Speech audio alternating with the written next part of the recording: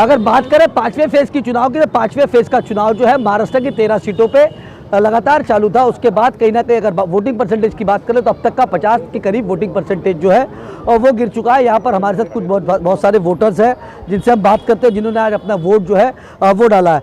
आपने अपना वोट डाला तो क्या सोच के अपना वोट डाला आज आपने? देखिए, सबसे बड़ी बात यह है कि पिछले 10 सालों में जिस तरीके से महंगाई बढ़ी है और बेरोज़गारी बढ़ी है, कहाँ ना कहाँ आम आदमी इससे बड़ा परेशान हुआ है। और जिस तरीके से मुल्क का एक दिशा जो तरफ जा रही थी, कहाँ ना कहाँ संविधान को बचाने की बात थी और हमने उस दिशा के अंदर वोट डाला है। क्या लगता है कि 10 सालों में आपका कहना यह है कि महंगाई बढ़ी, तो 10 सालों में क्या कोई काम नहीं हुआ? ज़मीन पे आपको कोई काम नहीं दिखा क्या? देखिए, काम हुए हैं इंफ्रास्ट्रक्चर के, उससे हम इनकार नहीं करते हैं, मगर सिर्फ इंफ्रास्ट्रक्चर से देश नहीं चलता है। देश चलता है गरीबों के साथ, खेडूतों के साथ, जो नौजवान बच्चे हैं जिनकी रोज़गारी का जो मसला है, इसी को गवर्नमेंट ने कहाँ ना कहाँ नज़रअंदाज किया है। तो क्या लगता है कि आपकी जो वोटिंग हुई है, क्या ये बदलाव के लिए है, या फिर से अगर बीजेपी की बात करें तो 400 पार की बात कर रही है बीजेपी, तो क्या ये बदलाव की तरफ जा रहा है कि क्या लगता है आपको?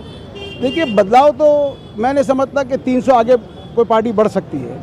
पिछले चुनाव में उन्होंने वो पार कर दिया है और 400 पार कहना बहुत आसान है, वहाँ तक पहुँचना बड़ा मुश्किल है।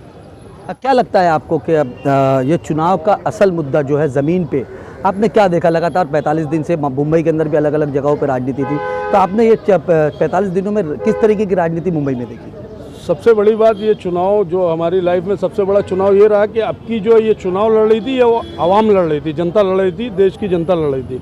महंगाई के खिलाफ, हेट स्पीच के खिलाफ, नफ़रत के खिलाफ, कि नफ़रत से गरीब मजदूर का पेट नहीं भरेगा, बेरोज़गारी से नौजवान का पेट नहीं भरेगा। इन तमाम चीज़ों के खिलाफ, वो चाहे किसी धर्म और जात का हो, उन्होंने आज एक माइंड सेट किया था कि आज हमको बदलाव का अवसर मिला है, जो कानूनी तौर पे हमको है अधिकार, उस अधिकार के चलते इन्होंने नफ़रत के खिलाफ वोट दिया है, बेरोज़गारी के खिलाफ वोट दिया है, तानाशाही के खिलाफ वोट दिया, और बहुत सी ऐसी चीज़ें थी जो जनता महसूस कर रही थी। और जो साइलेंट करंट था वो आज हमको नज़र आया। मैं पहली बार ऐसा देख रहा हूँ कि आज कड़ी धूप और गर्मी में जो लोग थे, लाइन लगा लगा के, बल्कि पोलिंग स्लो कराई जा रही थी।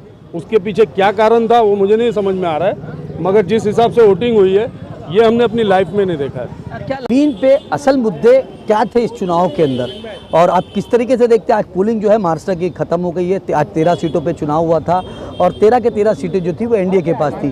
क्या लगता है अब की बार आपको? देखिए, इस बार का जो इलेक्शन था वो झूठ और सच्चाई पे था। सिर्फ ना ही रोजगार के ऊपर, ना ही गरीबी के ऊपर, ना ही कारोबार और एम्प्लॉयमेंट के ऊपर, ये झूठ और सच्चाई पे था। जो जनता आपको दिख रही है यहाँ पे, और जो मुंबई में आज वोट दिया है, उन्होंने झूठ के ऊपर चमाटा मारा है। और आप देखिएगा कि आने वाले 4 तारीख को वो चमाटे की आवाज़ बहुत ज़बरदस्त आने वाली है।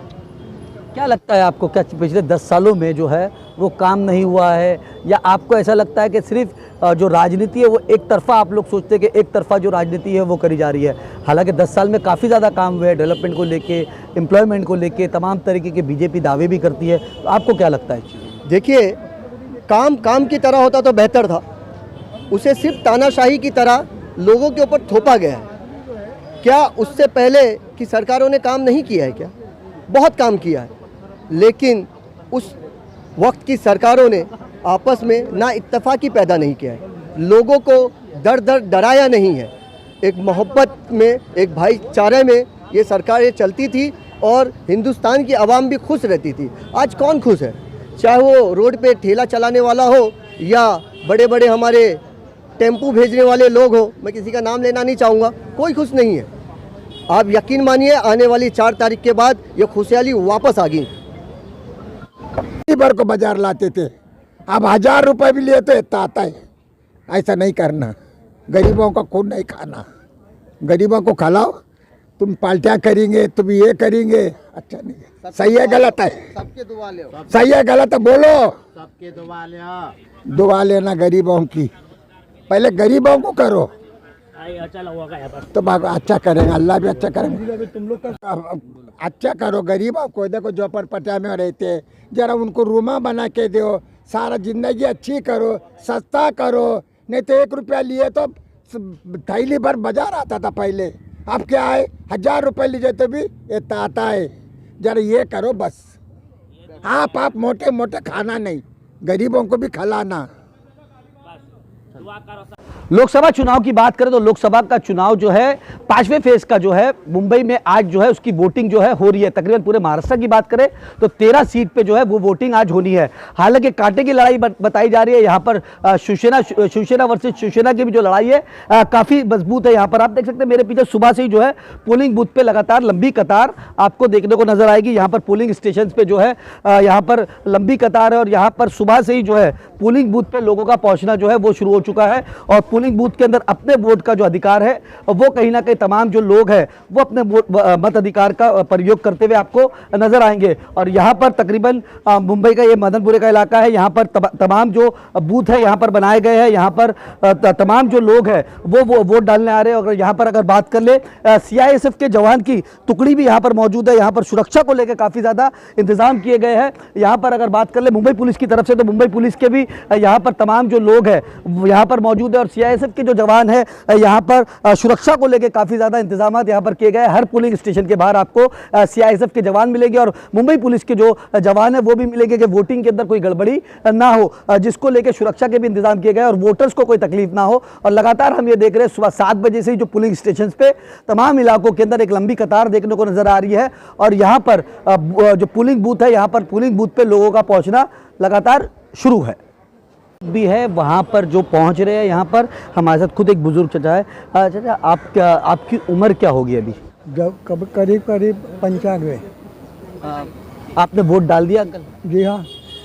जी, अंकल ने अपना वोट डाल दिया है। अंकल क्या सोच के वोट किया? और अब तक का आपने तमाम सरकारें देखी होंगी, आज़ादी से पहले का भी वक्त देखा है और अभी भी आप वोट डाल रहे हैं, तो कब तक का क्या देख के आपने क्या सोच के वोट किया? अभी के टाइम में वोटिंग करना बहुत सोच समझ के करना है। जो लाइन दिया है उसमें काम करने वाले जो है उसी को समझना चाहिए और उसी को वोट देना चाहिए। इसमें कोई भी पार्टी का कोई ये नहीं है। और क्या लगता है चाचा आपको कि आपने वोट किया है, आपकी उम्र 95 साल है, माशाल्लाह, आप ये बताइए कि आज मतलब कैसा लग रहा है आपको वोट डाल के? और मतलब बहुत खुशी हुई, इतने उम्र में भी हमको वोटिंग करने का चांस मिला है, बहुत ही अच्छा लगा।